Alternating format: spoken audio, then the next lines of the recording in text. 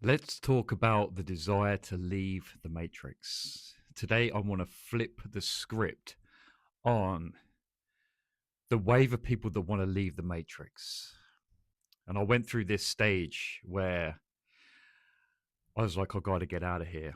I got to get out of here, man. It's that moment when you're like, oh God, it's just like, it's not resonating anymore. There's like something's going on here. Something feels a little bit off.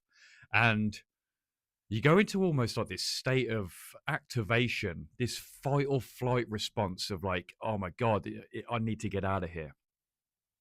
But one thing I discovered is the journey of evolution, nervous system evolution and development. You start to evolve into a stage where that all happens within inside yourself, within inside your nervous system.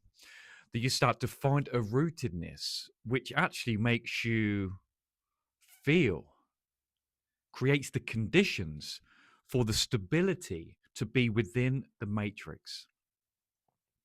Because, my friends, it is actually one of our, I feel, one of our biggest purposes for being here is to help guide people out of what we would call the matrix. That place where it almost feels like it's like this. How would I describe the matrix? This place of like inauthenticity, this place of mass delusion and illusion, the house of mirrors is a good way to put it as well. And it's so important that we find this space within ourselves through our own process, through our own release, through our own deconditioning, that we can actually remain strong within the matrix to help guide more people out. So, the journey starts with I want to get out of here. Let's get out of here. Let's maybe I don't know, maybe we do just kind of leave everyone just for a moment in time to find that powerful isolation. And that in itself is very beneficial. There's so many dualities and paradoxes of the journey. Am I avoiding? Do I leave? Do I come back in? Do I stay? Do I stay or should I stay or should I go? And it's all perfect. It's all part of this like designed divine plan for us all to start like sheeping ourselves out of this place of like matrixness. And it's such an interesting journey where we spend so long wanting to get out and then we realize actually no, I'm cool being in it.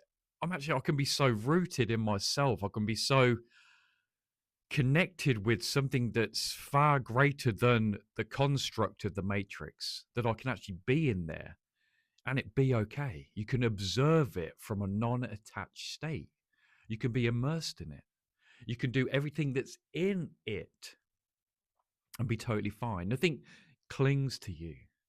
This is where we start to really discover the nuances of detachment and non-attachment. Detachment is when we would leave, that we want to leave. We want to hiatus, get us into a cave, get us far away from these people. And then I feel that in this modern age that we're in, this age that we're in, the art of non-attachment, that's it holds such a power to being here right now, especially with all the what we could call temptation, all the shiny object, all the shiny objects getting ready to catch our attention to take us from the path.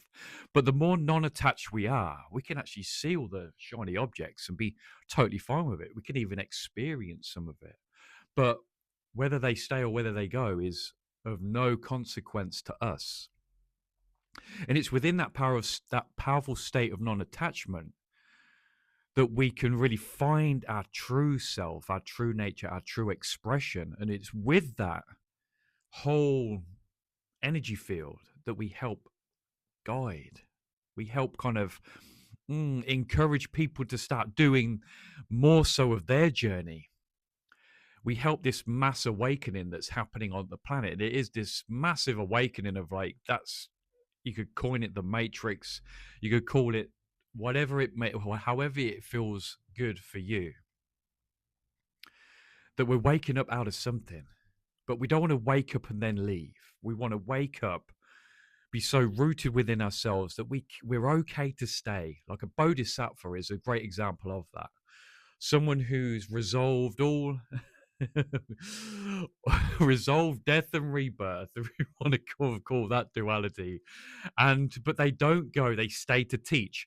And that's a very, we can look at that from many different levels.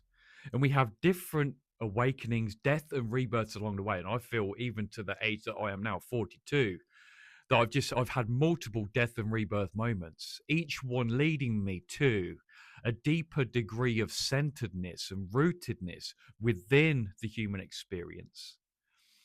We experience all of this. We resolve all of this. We're getting rid of the patterns that are holding us back. All the patterns that could be flow, matrix bound, the density of matrix life. But similar to the bodhisattva, we don't leave. We stay rooted here. And that, my friends, is to help everyone that's maybe just like 2 or 3 steps just behind us. That person that's struggling now, their journey speeds up a little bit because of the realizations and revelations and deconditioning and reprogramming that you're doing now. The rebirth moments that you have help someone just a little bit further down the line to you, behind us, you know. And it's a beautifully interconnected process of this.